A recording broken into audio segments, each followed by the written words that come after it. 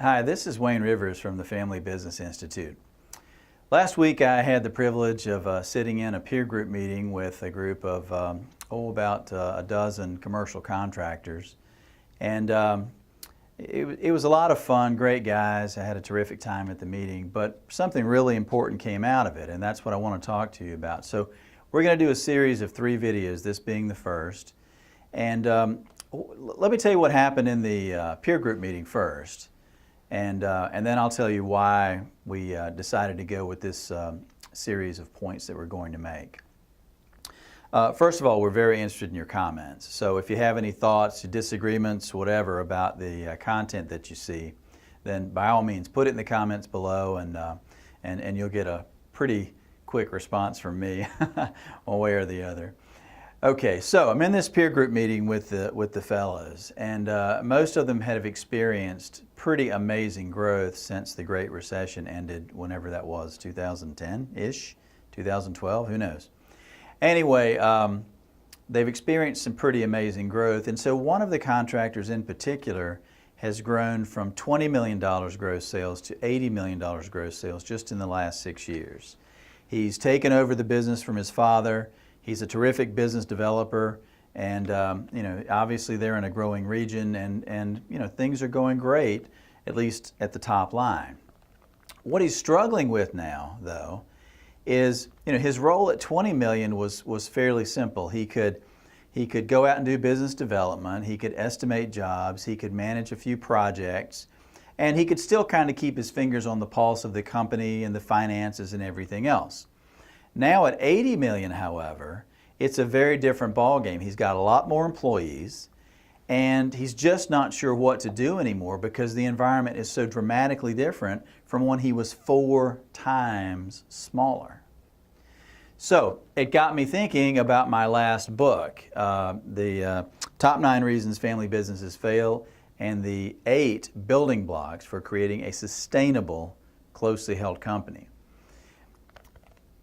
Here in the book, we talk a great deal about what should CEOs do, especially as their companies grow. Okay, if you've got a very small business, a business, say, $500,000 of sales, you can manage that pretty easily by yourself with maybe a small handful, 4 or 5 employees, something like that. But what happens when you get on that hockey stick growth curve, as so many of our family business clients have done over the years? You can't manage the old way. You've got to break the old model and come up with something brand new, or you're going to put an artificial plateau on your growth, or worse, you're going to work yourself into an early grave. So in this book, we talk about the top 10 roles for CEOs. If you don't have this book yet, why not? It's on our website. Go get it. All right, so what are the top 10 roles for CEOs? What are the best uses, the highest and best uses for CEO time? I'm going to give you 4 today. We'll do 3 next week, and we'll conclude with the final 3 the third week. All right, number 1. What is the number 1 role for a CEO? And that is you need to be the grandmaster of your corporate strategy. Grandmaster is a chess term. If you think about these chess guys, these eggheads that play chess at the highest levels, when they come and sit down at the table, don't they have their game plan figured out? 100 moves ahead, 200 moves ahead. They know exactly what they're going to do, how they're going to react to their opponent's strategy, how they're going to advance the ball and win the game. And that's what you need to do. You need to work on your strategy. What is your strategy for your business? Where are you going to be in 5 or 10 years? You need to, as Stephen Covey says, begin with the end in mind. What do I want to do with this company? What is it going to look like when I'm done with it and it's perfect? And work your way back from that point in the future. What is step A, B, C, D, E in order to get where I want to go?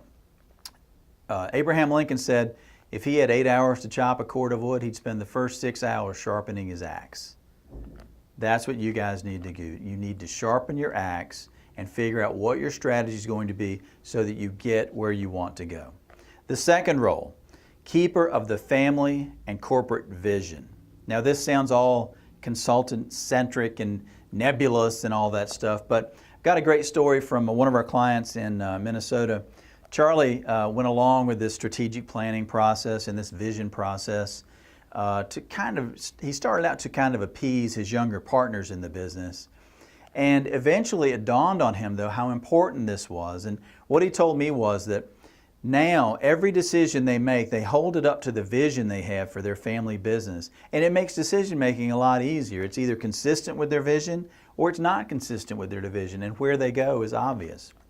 So it sounds all nebulous, but you've got to have a vision. Again, it's a part of the strategy. Strategy first leads you to vision and then values and mission. And that's the third role. The third role is the protector of the family and corporate values. So if one of your values, I heard a great value from one of our clients in South Carolina years ago. One of the values that they have, and it's printed on a laminated wallet-sized card. Every employee has it in his hip pocket. And it says, "We won't touch dirty money." It doesn't say integrity and all these big, $50 words. It says it in a way that the newest, least educated employee can absolutely understand it. We won't touch dirty money. In other words, we're honest always, 100% of the time. That's one of their values. Another client called one time, and he had a bit of a problem. And I think he knew the answer to his question before he even asked it. I think that's why he made the call. But one of their top high potential employees had failed a drug test. And he called me and he said, "Man, I've got a real problem. This guy has failed a drug test and I don't know what to do." And golly Moses, this is what I'm thinking. He was thinking about giving the guy another opportunity, just kind of ignore the results, the confidential results from the first drug test, and give him another opportunity to clean up in 90 days. And we talked about it. Paul, what do you think you ought to do? And, he knew the answer before he made the call. But that would have been totally inconsistent with the values they created for their company.